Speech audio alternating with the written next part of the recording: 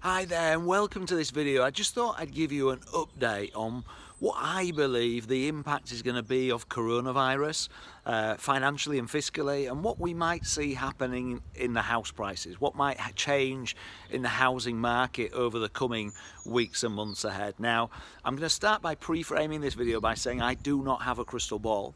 So I'm sharing my knowledge, having been in the property industry for 2 decades now. I'm sharing the knowledge of studying some of the greats, people like Ray Dalio, who has over 160 billion in his funds at Bridgewater in the US being managed, and who advises many of the governments. You know, what's he saying about this? What's Warren Buffett saying about this? What are some other greats? So I've gone and looked at what they're saying. I've got my own take, having been in the industry for a long time, and I thought I'd share it with you. Okay, but it's not a crystal ball, so I can't guarantee any of this, but it just might give you a feel. The situation we're in right now today is different to the credit crunch and different to the Great Depression of the 1920s, for example, from a financial point of view. And the main difference financially is that the governments, the policy makers, are throwing money at this situation. So in normal times, when you go into a recession, the government and the monetary policy kicks in, and they might drop the interest rates to try and control things, etc.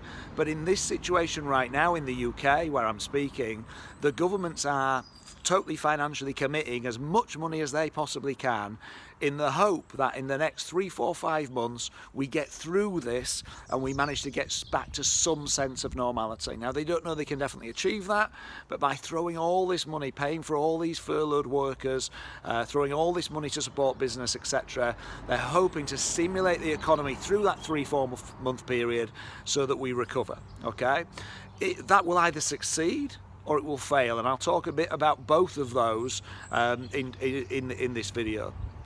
So in terms of the house prices, we've got a change in what's going on, and we've got an impact in terms of the house prices, but it's different because there's lots and lots of money going to the economy to try and stimulate the economy and to try and keep the economy going, which is different to a normal recession, a normal backwards period. Okay, so now we understand that, let's think now about what's actually happening in the housing market right now today.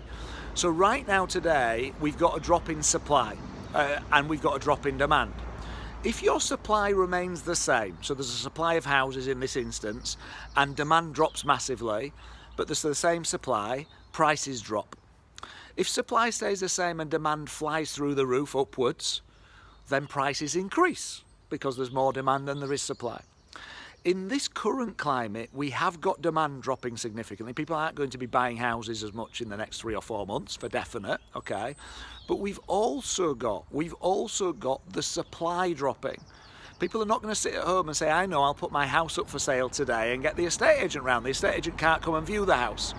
So we're in a position where demand is dropping, but supply is also going to drop. Of course, we've got the properties already up for sale, people that already need to move or want to move, but we've not got as many new ones coming in. So demand has dropped, supply has dropped. Now, of course, demand has dropped more than supply. So we are going to see an adjustment in the house prices. We are going to see those house prices drop to some degree. Now, personally, I feel that drop will be somewhere between the 5 and the 10% mark, providing the government are successful. And what I mean by success is, I mean the government managing with their fiscal stimulus to get us to a point where coronavirus isn't shutting everything down in 4 or 5 months from now. Okay, if they can get us back out to play, as it were, and they can get us back out doing the stuff that we do day in, day out in 4 to 5 months, okay, then the economy has got a chance of recovery. The underlying factors are the economy was in reasonably good shape. The economy was going in an upward direction. Places like Birmingham, places like Liverpool, up 7% last year, 7% the year before. From a property prices point of view, we were in a growth phase. London was starting to slow down, okay, because it was reaching one of its natural peaks and starting to slow down, and probably would have kind of steadied off in the next 1 or 2 years in a normal marketplace. But Birmingham, the M62, the north, probably another 3, 4, 5 years of growth to come in those areas, maybe even 6 years in normal market factors. Okay, so if they can re-stimulise us, if they can hold us steady in the meantime and they can re-stimulise us, we will see that drop of 5 to 10%, But there'll then be a pent-up demand. People are going to come out and want to move house. People are going to come out and want to go on holiday. They're going to want to spend money and do things with their friends, their family, and with other people that they've not been able to do in this period of time. And the economy is likely to stimulate itself and carry on.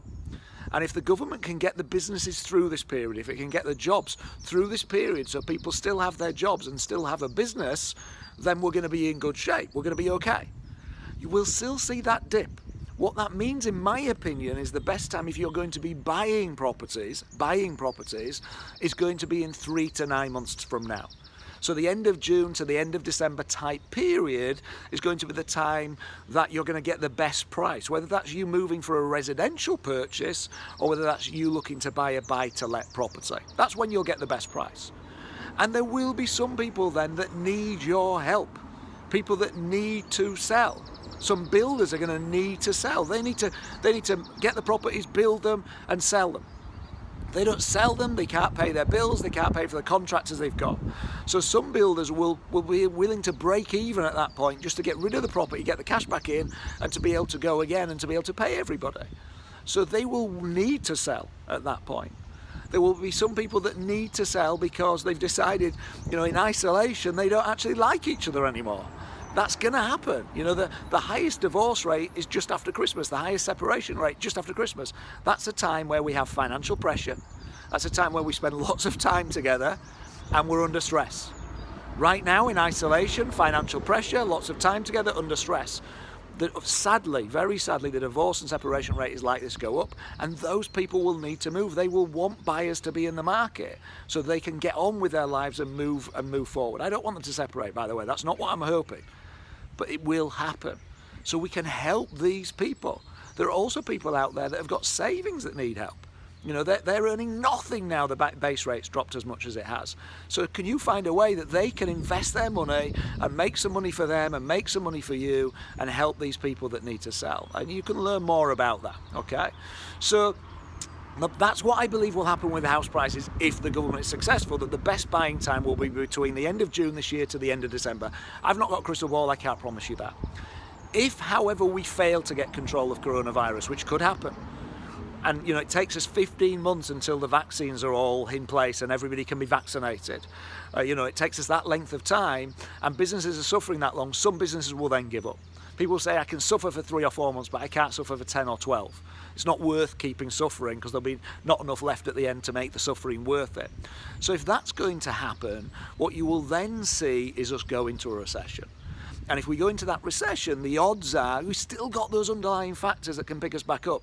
But if some businesses have shut, or lots of businesses have shut, and people are unemployed, a lot harder to pick ourselves back up. That's why the government are offering this furlough incentive so that companies keep people on and pay them 80%, so they keep that income flowing.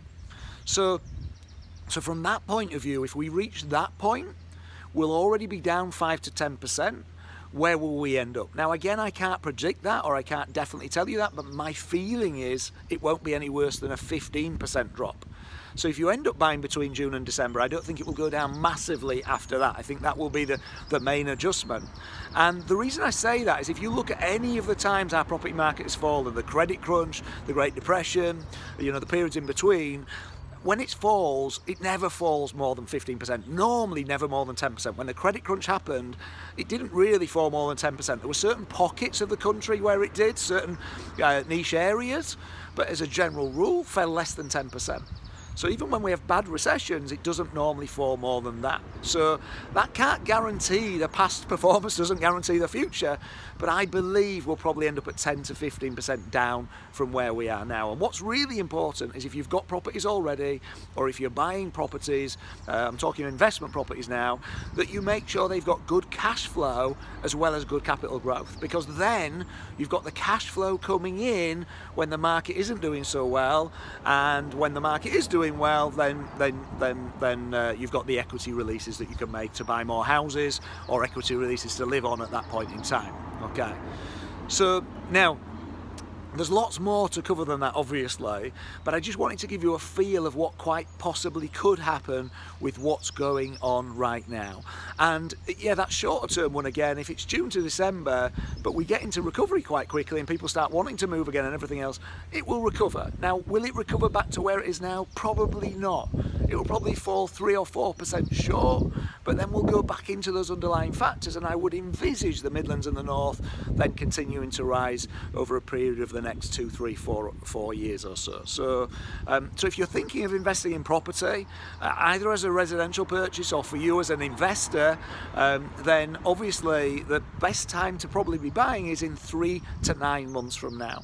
Now, people have said to me, what if I'm buying a property right now? I got asked that a lot. I did a webinar on Monday night, over 1,000 people on it. And, you know, what if I'm buying right now? Do I carry on and buy? Now, if it's an investment property that you're talking about, my opinion is that you've spent a couple of £1,000 already. You've spent a whole chunk of time. If this is a great property, and I'm assuming you're only buying it because it is, you could not buy it and try and find another property in, 3, 4, 5, 6 months.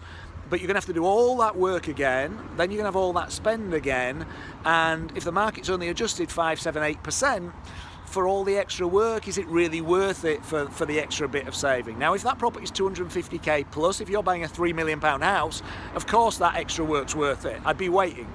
But if it's less than 250k purchase price, I'd probably continue and purchase the house you've got now. The only difference is if it's an investment, it's going to need some refurbishment, it's going to need letting out. I'd look to exchange contracts. I wouldn't complete right now while we're in lockdown. I'd exchange contracts and I'd look to complete in a couple of months' time. So now the vendor might come back and not be happy with that, and you just do your best to make that as long as possible. But remember, they're not going to be able to go sell it to anybody else. No one else is going to be able to go view that property. They can't even really officially move out of the property right now. So if you get it exchanged, so it's locked in, it's contracted, but you complete in 2 months' time or 6 weeks' time, and then you're able to get it refurbished and tenanted as you normally would, when again there'll be that pent-up demand rather than being stuck as you are at the moment. Now, I know there's a lot more to it, and I could speak literally for hours and hours on this topic, but I wanted to put a quick video together. I know there's a lot of people out there that want advice in this area. If you are a property investor and you would like some help, if you'd like to get some education, over the next 21 days, I'm going to be sharing loads and loads of video content, deep dives, I'm talking half an hour to an hour stuff, where I really help you, teach you about property. While people are in lockdown, while people are not able to get out and about, it's a brilliant time. There's lots of disadvantages, don't get me wrong. We're in a terrible place. People are in loads of pain physically, people are in pain emotionally, people are in pain financially, so it's a really difficult time, and please understand, I get that, but I'm trying to do what I can to help, and to help people have some certainty to be able to move forward. So if you would like some more information, what I'd encourage you to do is drop us an email, info@theinsightgroup.co.uk, or somewhere around this video will be a link, and you can click the link and just fill in your details on our contact us form and let us know that you'd like to receive our emails, and we will make sure that we share those emails with you. And in those emails, as I say, lots of videos and constant updates. So I'm running a webinar every week on the coronavirus and what's going on and what the latest impacts are. My latest webinar helped people that wanted mortgage payment holidays and how to sort those out. It helps with helping tenants. So tenants are in an awful position right now, so helping them, making sure we get them in a great place and support them, but also we keep them, because your tenant will stay for 60 months. So if they don't pay you for 2 months, they're still going to pay you for another 58. So let's keep them, let's look after them, let's make sure they're healthy, that they're being looked after, and if they can pay the rent, brilliant. And most of them can, by the way. Most people with this furlough that's been brought in and other stuff that's been brought in, most people will be able to afford the rent.